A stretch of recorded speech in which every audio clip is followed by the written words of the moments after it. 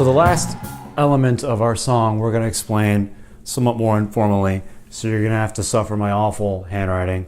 But what we're going to do is just basically write out the form of the song and basically see how binary it is and how simple it is to just create a pop song, thinking about just using two components and alternating them and combining them with all the other elements we've talked about along the way. So in No Woman, No Cry, we basically just have this 1, 5. It's a first inversion, so we'll put that 6 there. Progression. All right, so there we have our verse. All right, our C, G, A minor, F, and then next to it, we can write out the chorus, which is basically just like we said before, a variation of that repetition, where you go 1, 5, first inversion. All right, so let's just label this chorus green, and this verse blue, and we'll color code everything. And all those rhythmic themes we talked about are present in the verse. The syncopation and the same syncopations that we talked about earlier occur within the choruses. All right, so now we'll just basically map out using these post-its in color-coded fashion what the form of the song is. So the very first thing we start off with is an intro, right? Which is essentially the chords for the chorus. I told you it was awful. My handwriting anyways. All right, so we're gonna put that there, boom. What happens after that is an actual chorus, but it's only 2 bars, all right? So we have a chorus, or not 2 bars, 2 times through the progression. Boom. So we have 6 measures of music. Immediately afterwards, what are we doing? Verse. All right, so that's this progression up here where it's just 2 bars over and over again. All right, so we have a verse, and we're doing that progression a total of 4 times. And that's where one of our melodic elements occurs, that organ line, right, that we played earlier. That's gonna go right there, boom. Slowly building our song. What happens after the verse? Well, there's only one choice to make, times 2, containing the bass line at the end and the rhythmic syncopation we talked about. Immediately followed up by, you guessed it, another verse, times 4. Once again, that organ line shows up. Put that bad boy there. All right. So something else that happens that we didn't really touch on earlier is this little interlude where things get shaken up a little bit. Not the harmony though. The harmony is consistent with exactly what the verse is, this 1, 5, 6, 4 progression. So this interlude is based on the same progression, chord progression as the verse. There are just a bunch of little things that happen, like the drummer changes the feel of the beat around a little bit, the bass player rhythmically alters what he's doing. There's a new melodic line introduced, everything is gonna be all right, everything's gonna be all right, all right? So if this was sandwiched in between 2 choruses, I might be inclined to call it a bridge, but we're just gonna call it an interlude.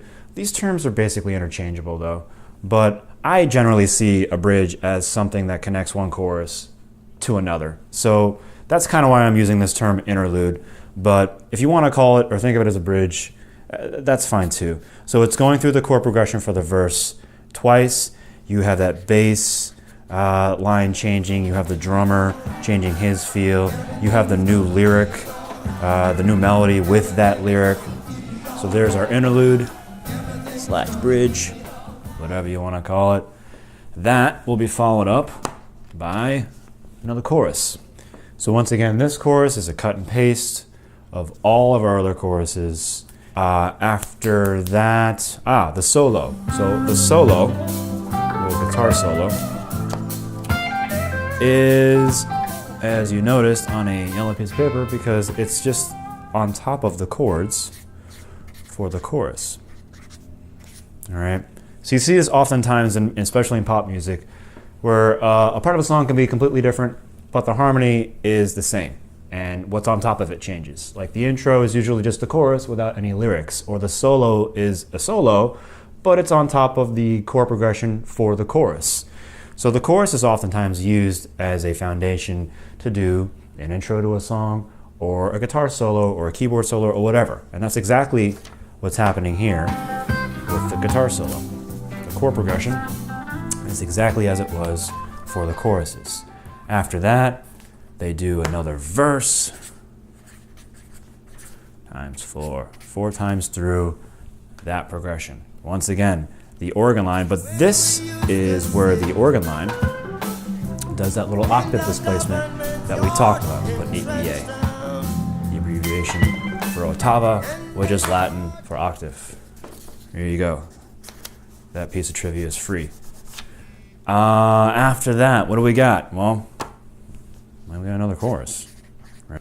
So that's a long one. That is a double chorus. This is yet another common technique used to end a piece of pop music, where you take the chorus and you double it, and boom, that brings you to the end of the song.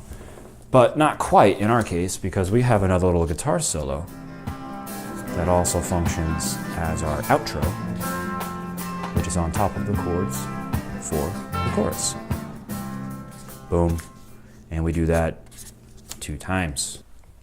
So during this solo that functions as the outro, you can pretty explicitly hear the guitar player referencing Pachelbel's canon. It's pretty clear as day if you take a close listen and compare and contrast the 2 lines that are in canon to what the guitar player is playing on the outro. Maybe it's subconscious or maybe it's intentional, but you can definitely tell that the guitar player was exposed to that line at one point in his life and is either referencing it or using it as a means of building his solo. So you can listen to what I'm talking about through these snippets here.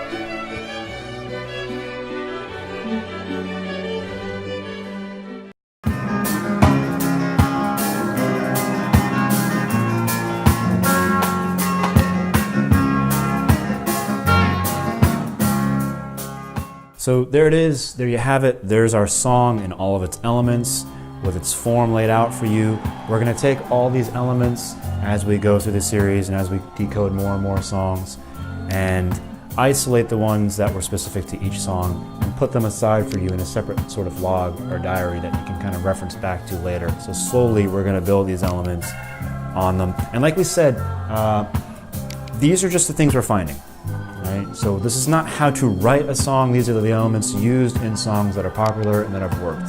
So it's really kind of like up to you to use them however you want. Use the ones we talked about and the ones we're going to talk about in the future, or not. And start listening for them too. Like moving forward, maybe you can have like a new awareness as you listen to music. Oh, there's that thing I was listening to on mDecks, or there's that other element. And try to see if you can kind of exercise your ear to start listening for these things, because they are there, they've been there, and they're going to continue to be there. So stick around for our next song in how to write music. Don't forget to subscribe, click on the like button if you found this helpful. Thanks for watching.